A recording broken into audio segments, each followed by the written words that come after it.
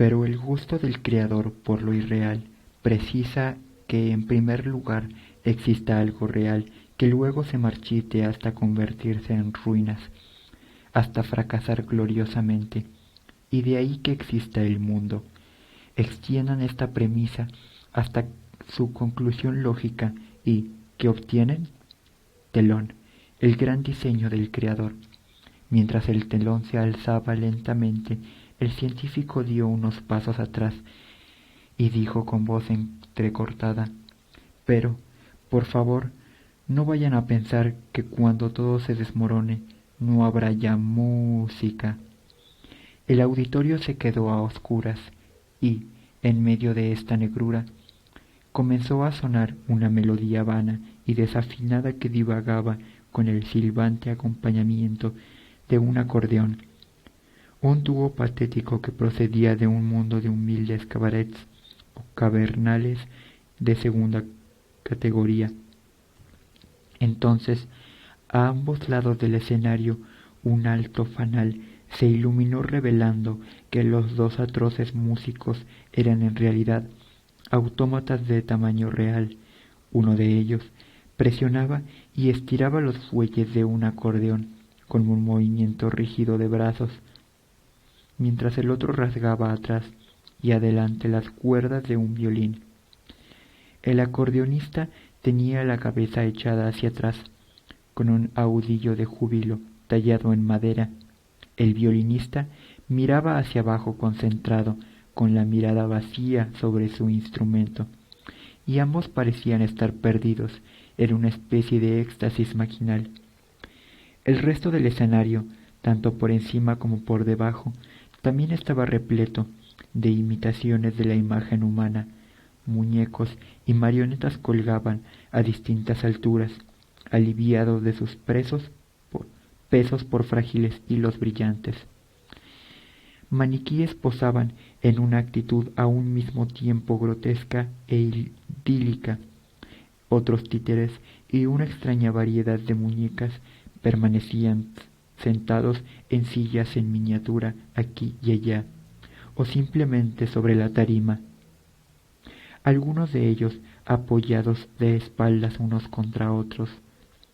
Pero entre estas personas falsas, como se hacía evidente a medida que se observaba con mayor detenimiento el escenario, había escondidas personas reales que, bastante convincentemente, imitaban a las imitaciones.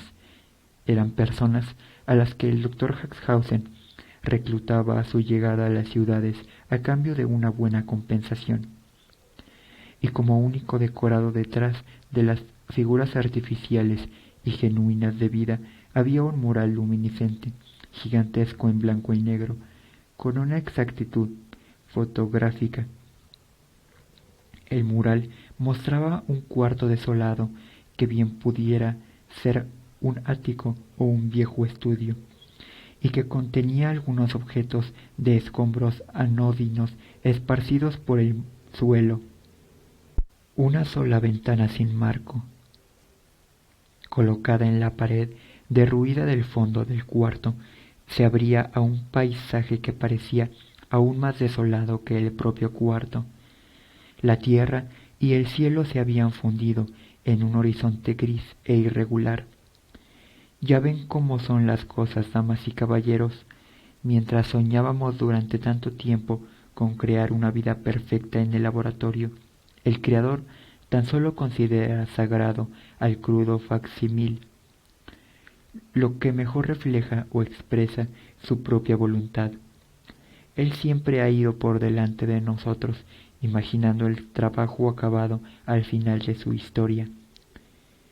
Y ya no dispone de más tiempo que perder que el estadio habitual de la evolución universal, porque no puede existir verdad o vida en nosotros, tal como somos, porque la verdad y la vida sólo puede existir en la mente, en la voluntad del Creador, y nosotros nos hemos empeñado tosudamente en no hacer nada más que oponernos a esa mente, a esa voluntad. Nosotros somos simplemente la materia prima para sus amados muñecos, los cuales reflejan a la perfección la verdad del Creador y son los moradores ideales de su paraíso de ruinas.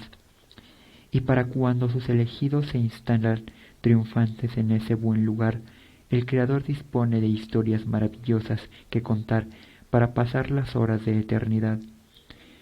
Y puede que nosotros estemos entre aquellos que entran en el paraíso. Esta es la buena nueva que os traigo esta noche.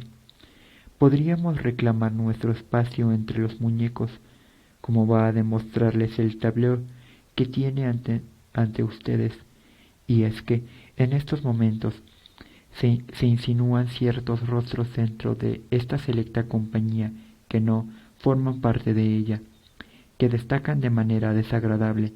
La cuestión es cómo hacer que formen parte del rebaño, y la respuesta, si son tan amables de girarse un instante y dirigir sus miradas hacia la platea, la respuesta, luces, es la máquina de muñecos. Al volver la mirada, como le habían indicado, el público contempló un objeto que, bajo la intensa luz del foco, no parecía estar apoyado en nada, como si estuviera sujeto a la propia oscuridad. Algunos de los miembros del público más observadores vieron los rostros de cera brillantes que les devolvían la mirada desde el interior del extravagante artilugio. Tras ponerse en marcha mediante el mando de control remoto en el interior del bolsillo del Dr. Harthausen, la máquina alzó ruidosamente su cuello de conducto de estufa y apuntó su único ojo iridescente hacia las figuras que había sobre el escenario. Damas y caballeros, antes les mencioné que el invierno es el estado sagrado de las cosas, la estación del alma. Pero esto no quiere decir que el invierno definitivo al que nos aproximamos vaya a carecer de todos los colores del arco iris. Y es que es la gélida aurora del rayo sagrado, el mismísimo ojo del Creador, lo que traerá consigo la asombrosa transformación de todas las cosas. Como pueden ver, el plan es el suyo propio, y, por medio de técnicas de ensamblaje moderno, se podría producir la cantidad suficiente para servir al mundo, bañándonos a todos nosotros con el estridente resplandor de nuestro destino. ¿Y los efectos? Se preguntarán. Si son tan amables, tan solo tienen que observar a sus congéneres sobre este escenario. Ahí tienen. Vean cómo los rayos de color se derraman sobre esta inhóspita escena, superponiendo superficies con una extraña tonalidad caleidoscópica. Son las viejas superficies las que deben ser extirpadas y desechadas. Es hora de saltar de esa cúspide ilusoria que nuestro mundo ha alcanzado. Una caída en picado, gloriosa tras tantos siglos en los que erramos por el lado de la existencia, cuando lo único que tenía el Creador en mente era una atracción de feria de tercera categoría, compuesta de beatíficos muñecos.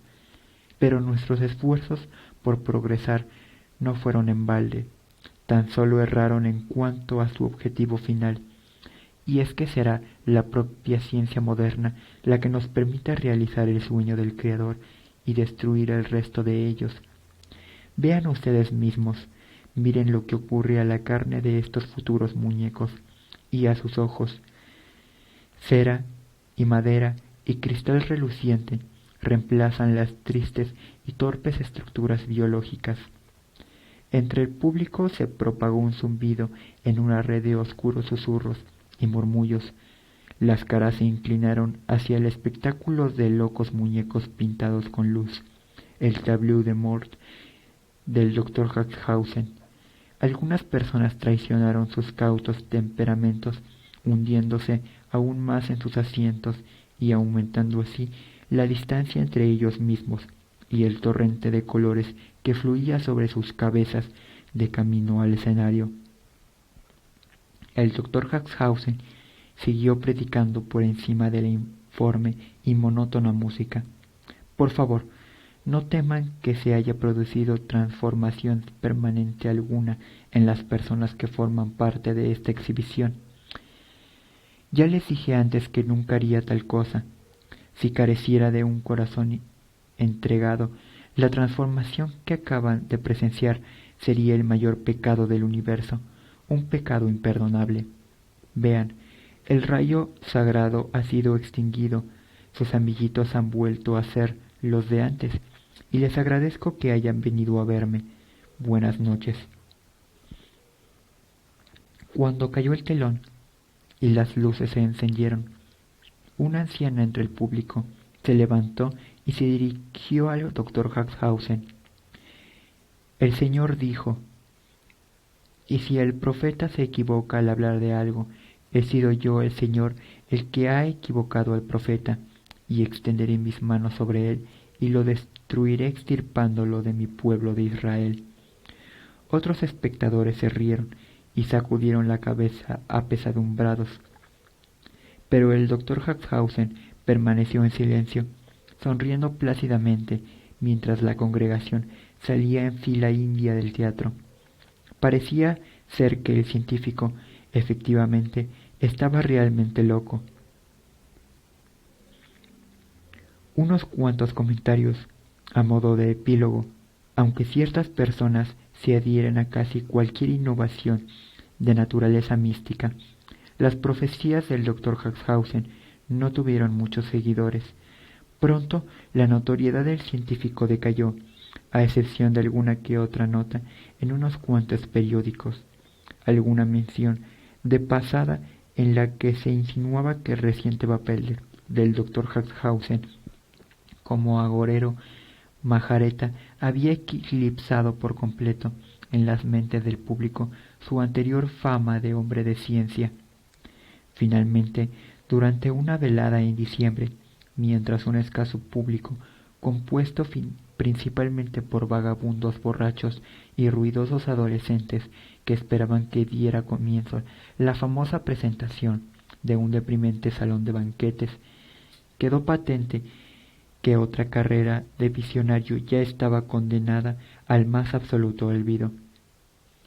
Cuando el mundialmente famoso, alucinado, no hizo acto de presencia a la hora indicada en los folletos, alguien se decidió a descorrer el telón improvisado del escenario improvisado, y allí, balanceándose suavemente, suspendido en la horca cubierta de hollín de su fantástica máquina, estaba el Dr. Harthausen. Nunca llegó a descubrirse si la causa de la muerte debía ser atribuida a un asesino o al más probable suicidio, porque otra cosa ocurrió esa misma noche de invierno que eclipsó por completo todos los demás sucesos. Pero, por supuesto, damas y caballeros, ustedes saben lo que ocurrió.